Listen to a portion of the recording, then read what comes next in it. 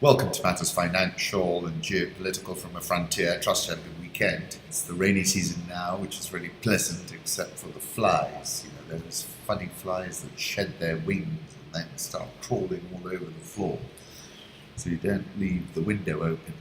Macro thoughts: Iranian Rial hit a record low. Dealers stopped trading the dollar and the euro. The Rial fell to a record low of 57,000 against the dollar by late afternoon on the unregulated currency market, according to the semi-official Iranian Students News Agency. Several foreign exchange dealers announced they'd stop selling both dollars and euros by late afternoon trade, according to ISNA. The greenback first breached 50,000 Iranian rials in February. Authorities arrested scores of traders whom it blamed for deliberately driving the devaluation in order to profit from it. The euro also hit a record 60,000 rials last week and was selling for almost 70,000 by the end of Sunday. Some FX traders attributed the slide to opportunistic speculation among dealers who sought to exploit existing worries about Iran's broader economic health, its continued inability to access overseas financing, and the fragility of the nuclear deal. Turkey, of course, has similarly been hitting record lows. I couldn't help feeling that maybe their adversaries are putting pressure on the currency markets. I found this interesting from Peter L. Brandt. If George Soros did not believe in the dominant fundamental theory, he would never have taken on the Bank of England, saying for lengthy periods of time, a single fundamental factor is the driver of a given market. By the time traders figure out what the dominant fundamental is, it is no longer. Fundamentals are overrated. President Xi and I will always be friends, no matter what happens with our dispute on trade. China will take down its trade barriers because it is the right thing to do. Taxes will become reciprocal and a deal will be made on intellectual property. Great future for both countries. Donald Trump. It's become terribly schizophrenic, hasn't it? And I think the market is struggling to deal with it. Credit to the boys because they believed. That's the manager's reaction. Manchester United coming back to win 3-2. Big win. The combatants are full-grown elephants and hungry lions. The battleground is a muddy waterhole in Botswana. The prize is life itself.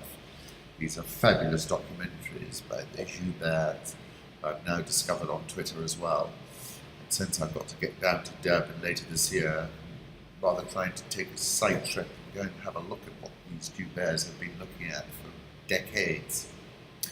In order to fabricate, I always need the trampoline of reality. That's Mario Vargas Llosa. Cave art from Sulawesi in Indonesia is now thought to be the oldest in the world. This photo is courtesy of Maxime Aubert, Indonesian Heritage Department. And this is all about upending this theory that modern humans arose only once in Africa about 200,000 years ago, then spread across Eurasia sometime after 60,000 years ago, replacing whatever indigenous populations they met with no interbreeding. This is the out of Africa model as it's commonly known, but it's being upended by these discoveries we're seeing practically every week.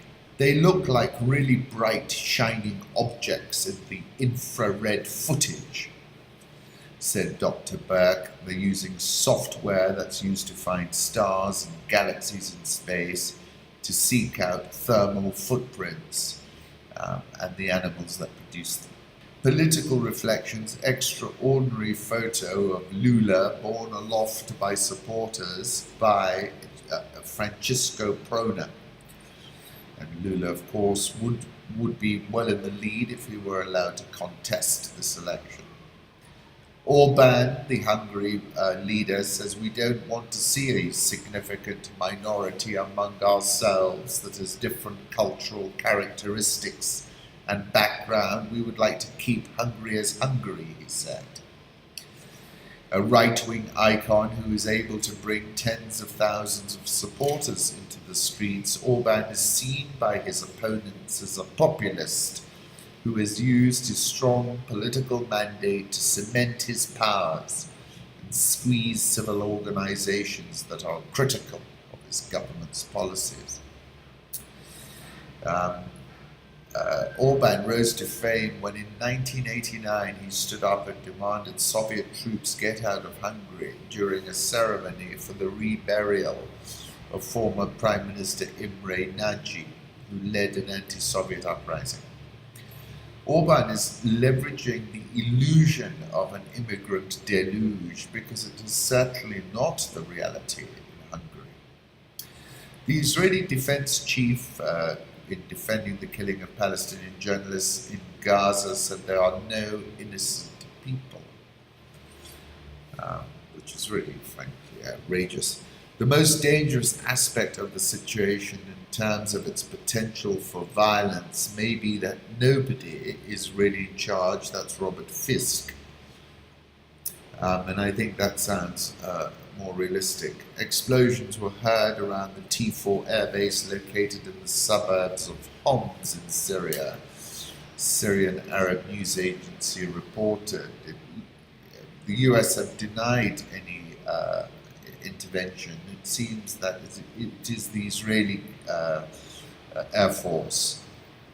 Pope Francis condemns alleged chemical attack in Syria. Nothing can justify the use of instruments of extermination, he said.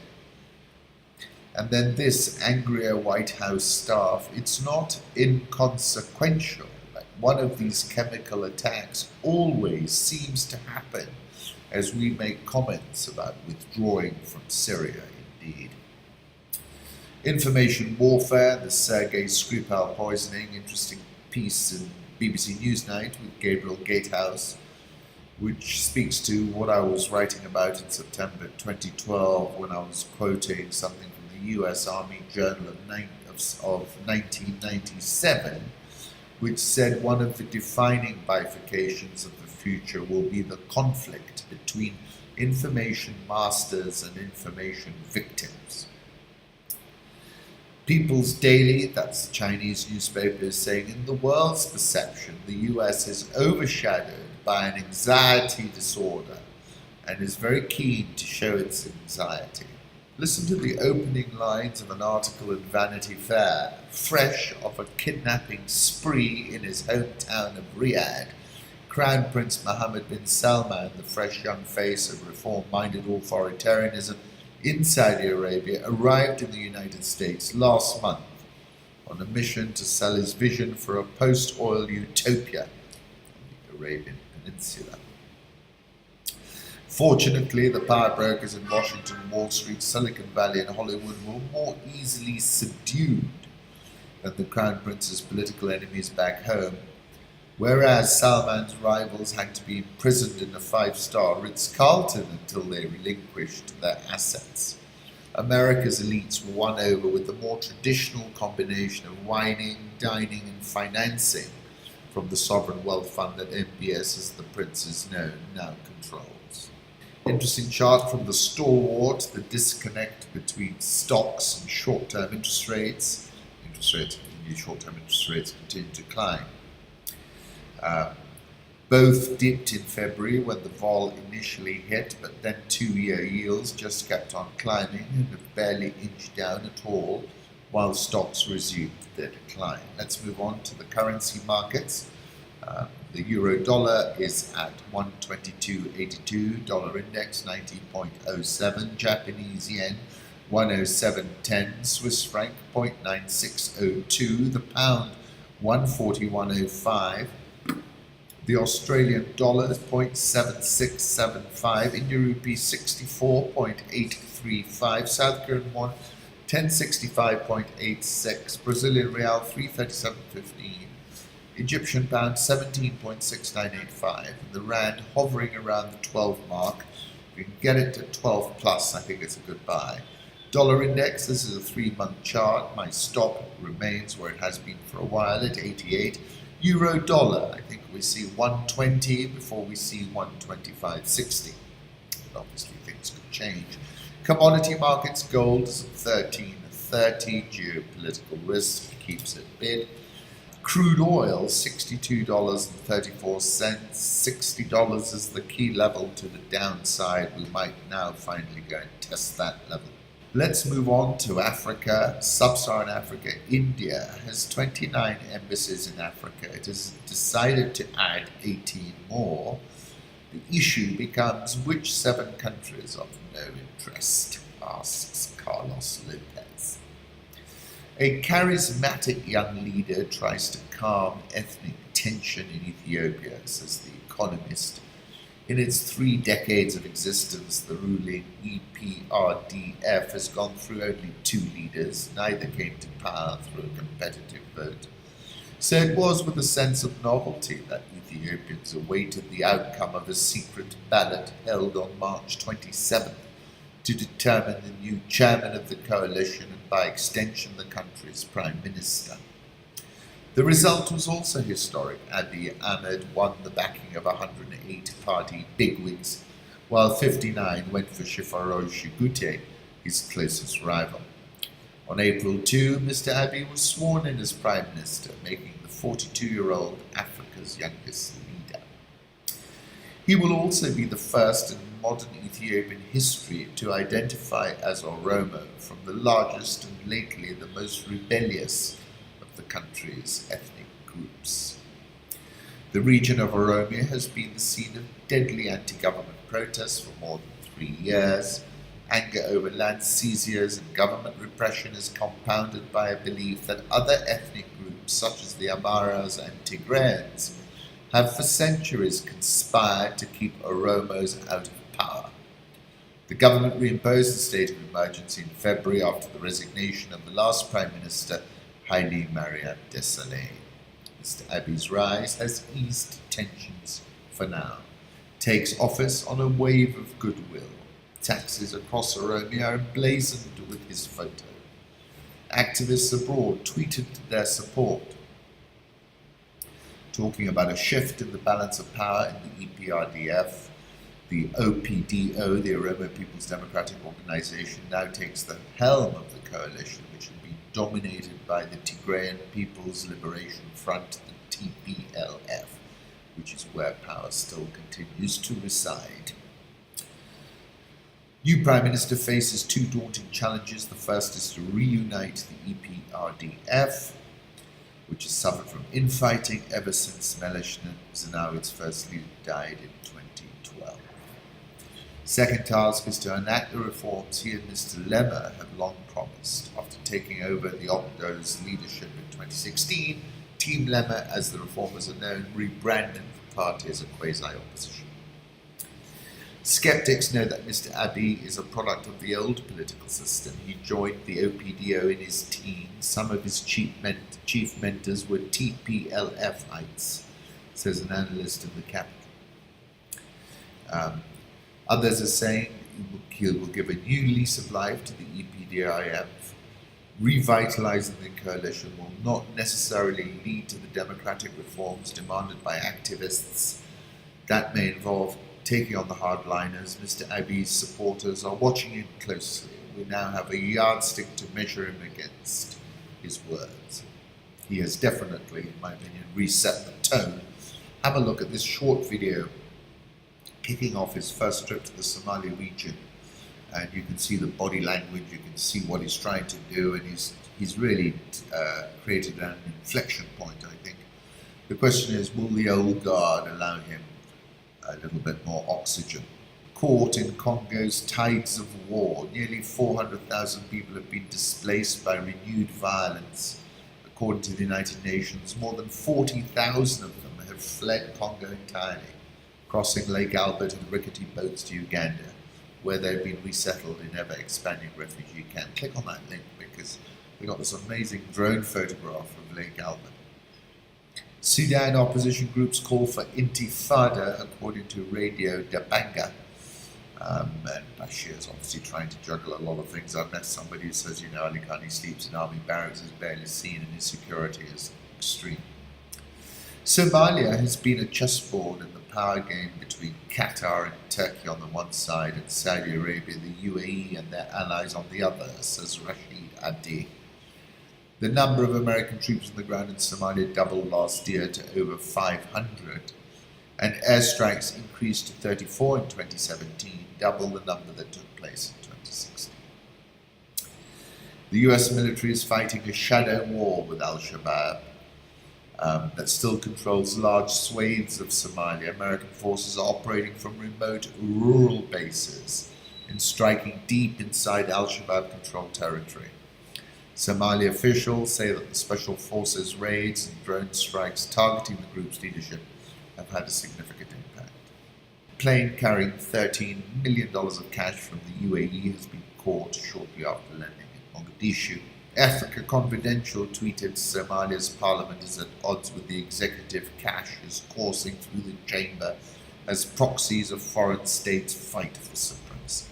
Even if you swallow Tanzanite, it will be detected, President Magufuli said when inaugurating a 24.5-kilometer wall surrounding Mirani mine. I like this photograph. The crowd that gathered to support former President Zuma is seen reflected in his glasses.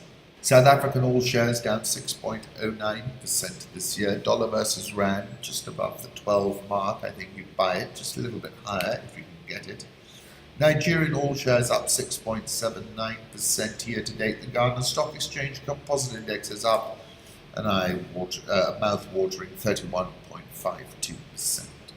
This is the statement that was put out by 14 landlords of Nakumatt, and essentially we're now in a death spiral as they seek to rid themselves of their recalcitrant tenant. My piece over the weekend was about Barclays Kenya. I said the price action is the signal. Barclays Bank Kenya has been a presence in Kenya for more than 100 years, traces its origins all the way back to 1916, when the National Bank of South Africa opened a branch in my hometown of Mombasa. Barclays plc has previously announced it was seeking to reduce its shareholding in its Africa business, and as of December 2017 had reduced its stake in the Barclays Africa Group to 14.9%. It is expected that Barclays Africa Group will be renamed Absa Group by June this year, and that the BAG business will trade with Absa as its brand name across the African continent. A presence in 10 countries in Africa, representative offices in another 2, 10,000 ATMs, 1,200 branches, and 42,000 employees. The recharacterization of a more than 100-year-old franchise is certainly a delicate operation requiring finesse, but I am of the view that by wresting control of the business and bringing that control back to the continent, this will prove a uniquely positive catalyst for the business, and that was why I made Barclays one of my conviction trades for 2018. See my Star article of January the 2nd.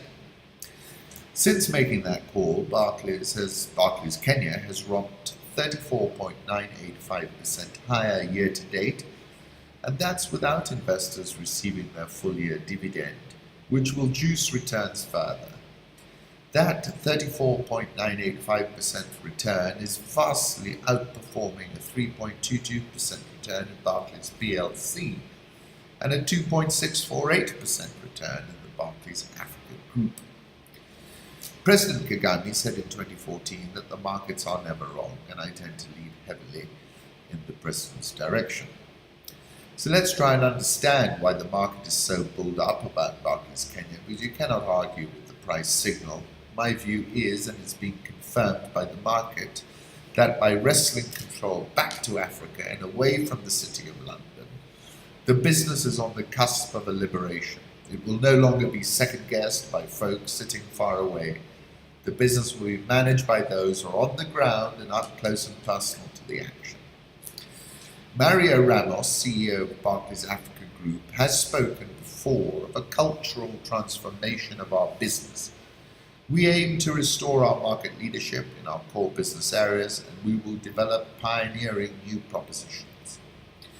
Our strategy is designed to use the opportunity created by our separation from the PLC to fundamentally reset our digital capability and pursue inorganic growth opportunities through M&A and leveraging strategic partnerships. Barclays Kenya reported a 4.528% decline in full-year profit before tax, and Jeremy Awori said the implementation of the interest rate cap compressed our margins and resulted in a decline in our revenues. Currently, our strategy is to close the income gap by increasing sales volumes in the upper segments, increasing our product penetration in our current client base, and increasing our focus on transactional banking deposits. The recent launch of Timiza, a mobile phone-based product, speaks to a fire hose and pipeline of innovation.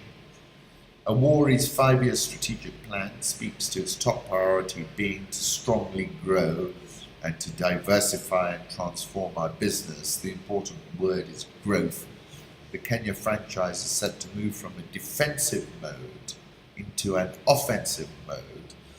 It's increasing the bandwidth of its business and has a muscular Africa-centric balance sheet to put to work behind this new enhanced Barclays Absa version 2. These are exciting times for the soon-to-be renamed business, and I expect all stakeholders, employees, customers, shareholders to continue to react positively. My target is 15 for the share price. Share price data is also on rich wrap-ups. It's up 34.895% year-to-date. 2nd of January, I recommended that the portfolio would be long Barclays, it would be long Standard Chartered, it would be long Kengen, and that's turned out to be quite a good call. Kenya shilling is at 101, Nairobi all shares up 13.82% this year, NSE 20 is up 2.93% this year. Aidan Hartley, always reigning somewhere else, he's up in Laikipia. New World Order, Kenya's 7th time has come in the Hong Kong 7th final. For the last 12 months, the NASI, the NSE 20 and the NSE 25 have gained 46.9%, 23.2% and 41.7% respectively. Market is currently trading at a PE ratio of 15.9 and a dividend yield of 3.3%. That's from the Citon report. Since the issue date, yields on the 10 and 30-year Eurobonds have declined by 80 and 70 basis points. Do you remember I said they were priced to clear? Safaricom partners with PayPal for its customers to receive money through M-Pesa from any PayPal account worldwide. A few hours before mobile interoperability goes live in Kenya, Safaricom has announced a partnership with PayPal that will allow M-Pesa users to receive money from any PayPal account across the world directly into their M-Pesa accounts in real time. Safaricom is up 20.56% year to date and has been hitting a sequence of record highs, though it's slightly below one as of this morning. Thank you kindly for stopping by.